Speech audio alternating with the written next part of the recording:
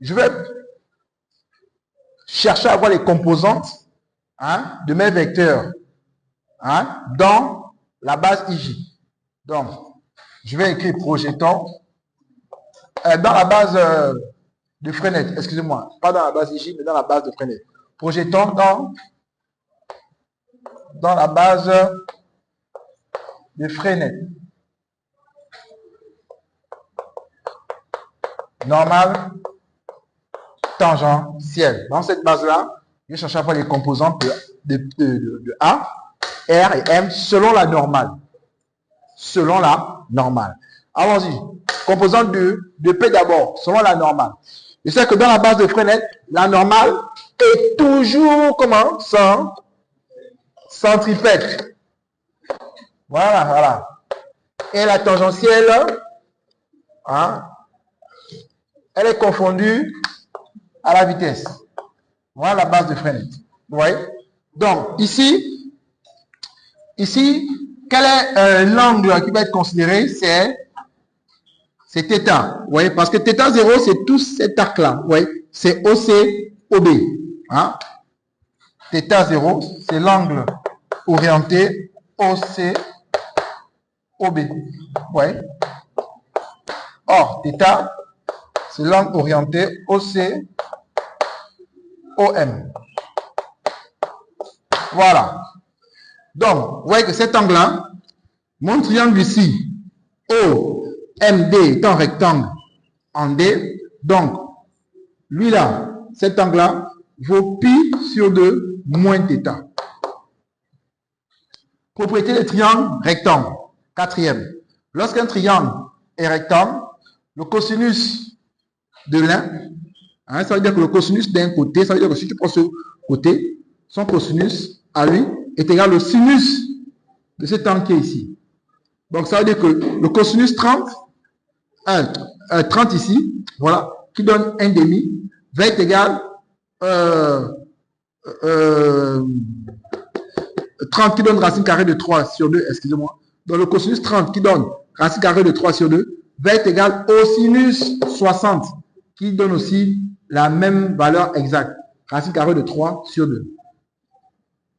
Voilà. Donc, ça veut dire que pour avoir mon poids là, je suis là dans la base de Freinet sur la normale. Vous voyez que c'est ce côté-là. Et il est positif. Ouais. Il est positif. Ouais. Il est positif. Ouais. Parce que j'ai N là. Ouais. Il est positif. Donc, j'aurai mg cosinus pi radian sur 2 moins θ. Et la réaction ici, R, vous voyez, puisque je projette sur la normale, je suis sur la normale, je suis sur la normale, vous voyez, je suis là, sur la normale. Sur la normale, la réaction, elle est contraire, vous voyez, contraire à ma composante normale ici, vous voyez, ma réaction, elle est centrifuge.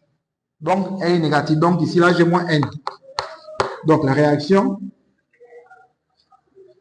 va me donner moins R, qui va être égal à M. A ici va donner A normal sur R. Or, A normal, c'est V carré au point M sur le... Ah non, il n'y a pas R ici. Excusez-moi. Donc, V carré sur R. Voilà. Donc, et il faut savoir que le cosinus pi radian sur 2 moins θ donne le sinus θ. Donc là, j'aurai mg sinus θ moins R. J'aurai m. Donc je remplace. Voilà. Et là, je vais remplacer ici. Donc j'exprime ma réaction. Donc ma réaction ici va être égale à R. Est-ce que vous voyez?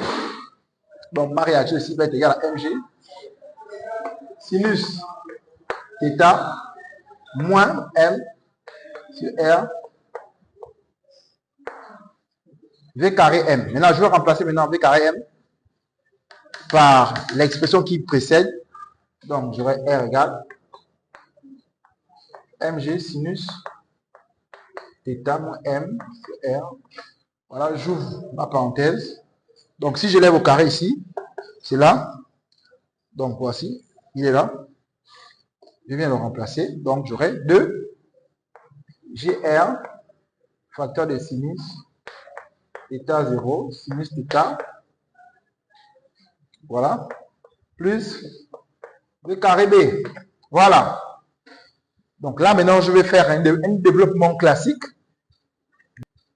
Développement classique. Donc, j'aurai R égale mg sinus θ moins.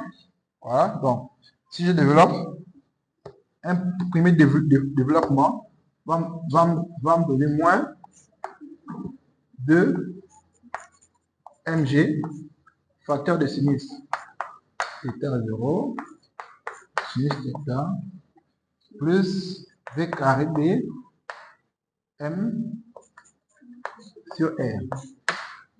Voilà. Et là, je vais faire entrer le moins et puis je vais développer là.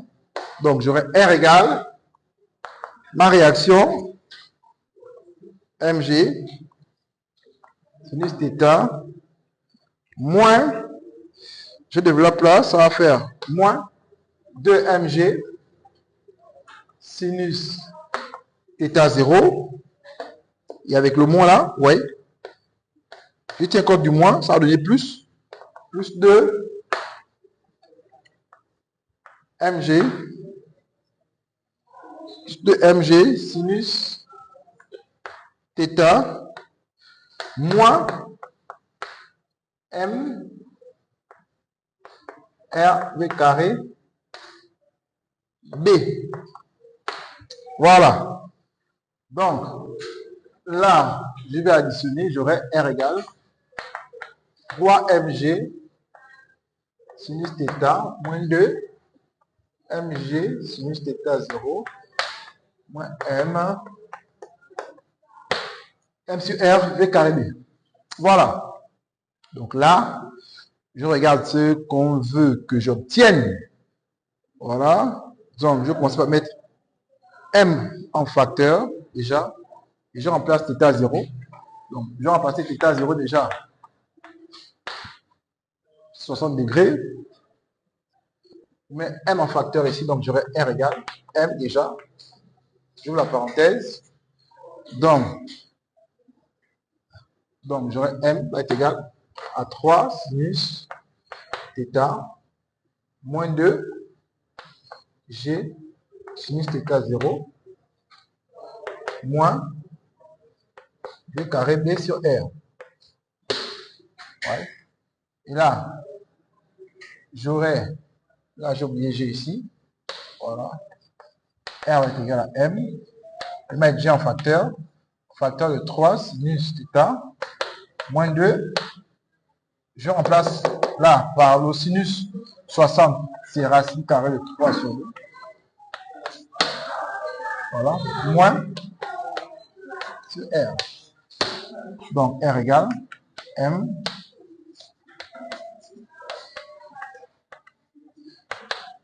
simplifié ici.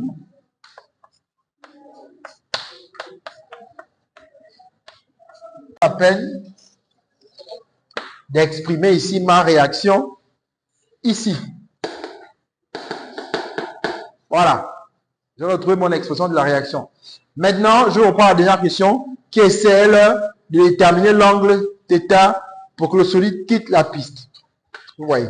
Donc, lorsque le solide quitte la piste, la réaction, elle est comment? Si on vient ici, le mec, il est là. Attendez. Donc, le mec, il est là. S'il quitte la piste, la réaction devient comment? Parce qu'une fois qu'il est là, la réaction existe. Mais s'il quitte, la réaction vaut 0. La réaction vaut 0. Donc, ça va faire, donc, ça veut dire que je vais chercher à avoir θ 0. Donc, ça va faire, j'aurai 0 égal à m. G 3 sinus θ 1 moins racine carrée de 3 Voilà. Donc là, j'aurai G. J'aurai G. 3 sinus K1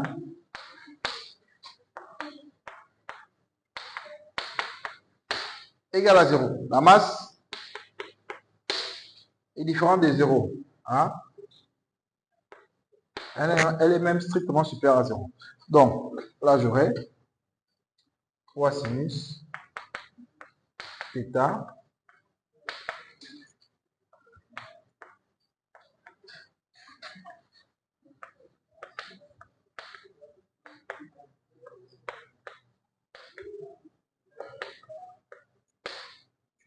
donc j'aurai sinus θ1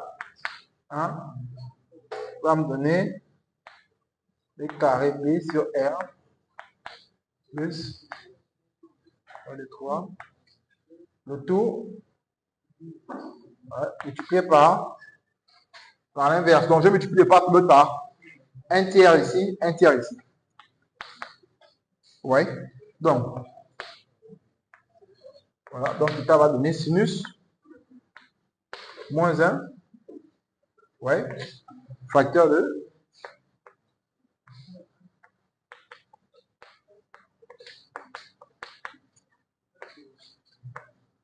voilà.